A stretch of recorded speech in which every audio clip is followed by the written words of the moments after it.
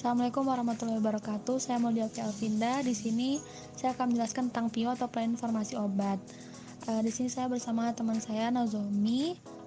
Di sini akan menjelaskan tentang definisi, tujuan, manfaat, sasaran informasi obat, persiapan, pelaksanaan, dan evaluasi terkait dengan PIO atau pelayanan informasi obat. Yang pertama adalah definisi dari PIO. PIO merupakan kegiatan penyediaan dan pemberian informasi, rekomendasi obat yang independen, akurat, tidak bias, terkini, dan komprehensif yang dilakukan oleh apoteker. Yang kedua adalah tujuan. Untuk tujuan dari PIO itu ada 7. Yang pertama, menyediakan informasi mengenai obat kepada pasien dan tenaga kesehatan di lingkungan rumah sakit dan pihak lain di luar rumah sakit.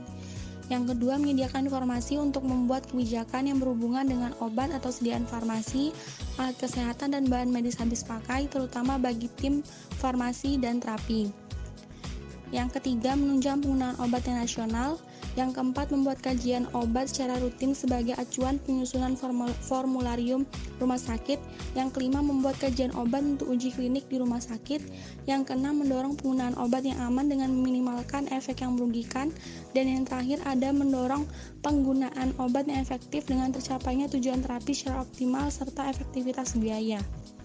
Yang ketiga adalah manfaat. Manfaat yang pertama adalah promosi atau peningkatan kesehatan seperti penyuluhan dan CBIA. Yang kedua adalah pencegahan penyakit atau preventif seperti penyuluhan HIV, TB, penyuluhan imunisasi, penyuluhan terhadap bahaya merokok, bahaya narkotika. Yang ketiga adalah penyembuhan penyakit atau kuratif seperti pemberian informasi obat, edukasi pada saat rawat inap. Dan yang terakhir, pemulihan kesehatan atau rehabilitatif seperti rumatan metadon dan program berhenti merokok. Yang keempat adalah sasaran informasi obat. Sasaran informasi obat di sini ada 3. Yang pertama, pasien, keluarga pasien, dan atau masyarakat umum. Yang kedua, tenaga kesehatan seperti dokter, dokter gigi, apoteker, perawat gizi, bidan, tenaga teknis kefarmasian, dan lain-lain. Dan yang terakhir ada pihak lain seperti manajemen rumah sakit, tim atau kepanitiaan klinik, dan komite-komite, serta lain-lainnya. Yang kelima adalah persiapan. Pelayanan informasi obat dapat diselenggarakan secara informal maupun formal. Yang pertama, secara informal. Maksudnya adalah apoteker memberikan informasi mengenai penggunaan obat ketika melakukan kegiatan farmasi klinik.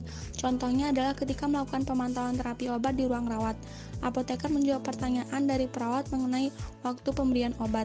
Sedangkan secara formal adalah instalasi farmasi menyediakan sumber daya khusus, baik sumber daya manusia yang terlatih khusus maupun sarana dan prasarananya.